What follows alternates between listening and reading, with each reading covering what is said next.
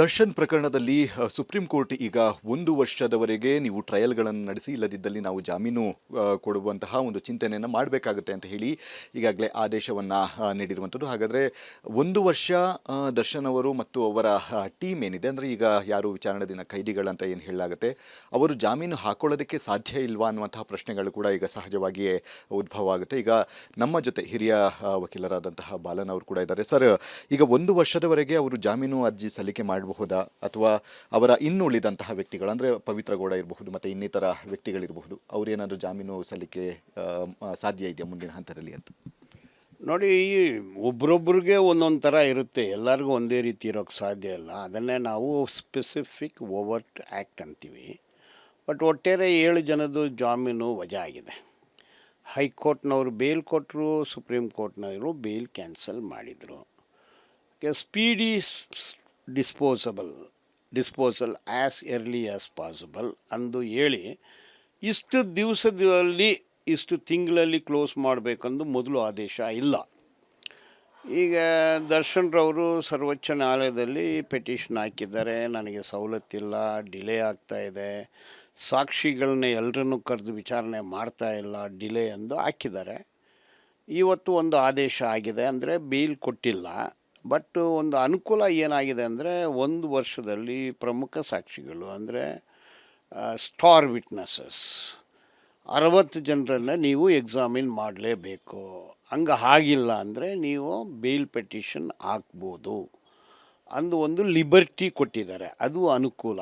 ಈಗ light at the end of the tunnel ಕತ್ತಲಿರುತ್ತೆ, tunnel ಬಿಟ್ಟು ಹೊರಗೆ ಬಂದರೆ ಬೆಳಕು ಕಾಣುತ್ತೆ. ಅದು ಇಂಡೆಫಿನೆಟ್ ಆಗಿತ್ತು, ಟನಲಲ್ಲಿ ಇದ್ದು ಕತ್ತಲು ಬೆಳಕು ಎಲ್ಲಿ ಸಿಗುತ್ತೆ ಅಂದು. ಈಗ 1 ವರ್ಷ ಆದಮೇಲೆ ಬೆಳಕು ಸಿಕ್ಕುವ ಅವಕಾಶ ಕೊಟ್ಟಿದ್ದಾರೆ. ಮತ್ತು ಈ can renew is bail after 1 year ಅನ್ನೋದು ಬಂದಿದೆ. 60 ವಿಟ್ನೆಸ್ ಎಕ್ಸಾಮಿನ್ ಮಾಡ್ತಾರಾ ಮಾಡೋದಿಲ್ವಾ ಅನ್ನೋದನ್ನು ನೋಡಬೇಕು ಕಾಯ್ದು.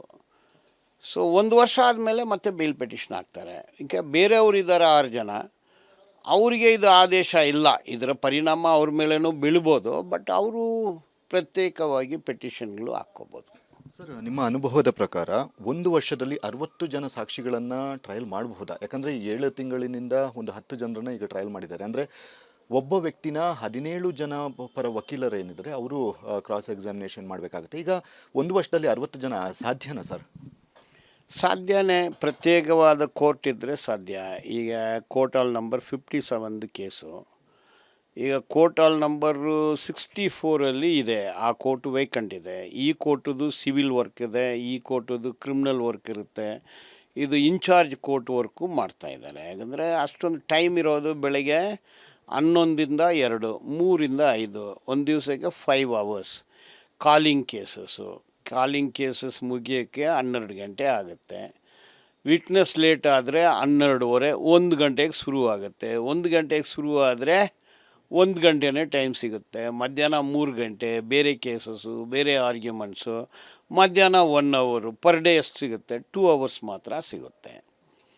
ವಿಟ್ನೆಸ್ ಬರೋದಿಲ್ಲ, ಗೌರ್ಮೆಂಟ್ ಅಫಿಷಿಯಲ್ ಆಗಿರ್ತಾರೆ, ಎಲ್ಲೋ ಹೋಗಿರ್ತಾರೆ, ವಿಟ್ನೆಸ್ಗಳು ಬರೋಲ್ಲ. ವಿಟ್ನೆಸ್ಗಳನ್ನ ಎತ್ತಾಕೊಂಬರೋಕ್ಕಾಗೋದಿಲ್ಲ. ವಿಟ್ನೆಸ್ ಎಲ್ಲ ಬಂದ ಮೇಲೆ ಏನಾಗುತ್ತೆ, ಚೀಫ್ ಆಗುತ್ತೆ, 1 ದಿವಸ ಆಗುತ್ತೆ, 2 ದಿವಸ ಆಗುತ್ತೆ. ಅದಾದಮೇಲೆ 17 ಜನ ಆರೋಪಿಗಳಿದ್ದಾರೆ. ಒಬ್ರೊಬ್ರು ಕ್ರಾಸ್ ಎಕ್ಸಾಮಿನೇಷನ್ ಇದೆ, ಕೆಲವ್ರದ್ದು ಲೆಂತಿ ಇದೆ, ಕೆಲವ್ರದ್ದು ಕಡಿಮೆ ಇದೆ, ಕೆಲವು ಲಾಯರ್ಗಳು ಟೈಮ್ ಕೇಳ್ತಾರೆ. ಅಂದರೆ ಒಂದು ವಿಟ್ನೆಸ್ ಪ್ರಮುಖ ಸಾಕ್ಷಿಗಳಂದರೆ ಒಂದು ವಿಟ್ನೆಸ್ಗೆ ಕಡಿಮೆ ಅಂದರೆ 10 ದಿವಸ ಆಗುತ್ತೆ. ಅದು 10 ದಿವಸ ಡೇ ಟು ಡೇ ಇಲ್ಲ, ಸಾಟರ್ಡೇ ಇದೆ, ರಜಾ ಇದೆ, ಸಂಡೇ ಇದೆ, ಬೇರೆ ಕೇಸ್ಗಳು ಇದೆ. ಅಂದರೆ ಅದು ಹೆಂಗಾಗುತ್ತೆ? ಸಾಧ್ಯ ಇಲ್ಲ. ಸಾಧ್ಯ ಇದೆ, ಪ್ರತ್ಯೇಕ ಕೋರ್ಟ್ ಮಾಡಿದರೆ, ಸ್ಪೆಷಲ್ ಕೋರ್ಟ್ ಮಾಡಿದರೆ, ಇದು ಒಂದೇ ಕೇಸ್ ಕೋರ್ಟಿಗೆ ಕೊಟ್ಟರೆ ಸಾಧ್ಯತೆ ಇದೆ.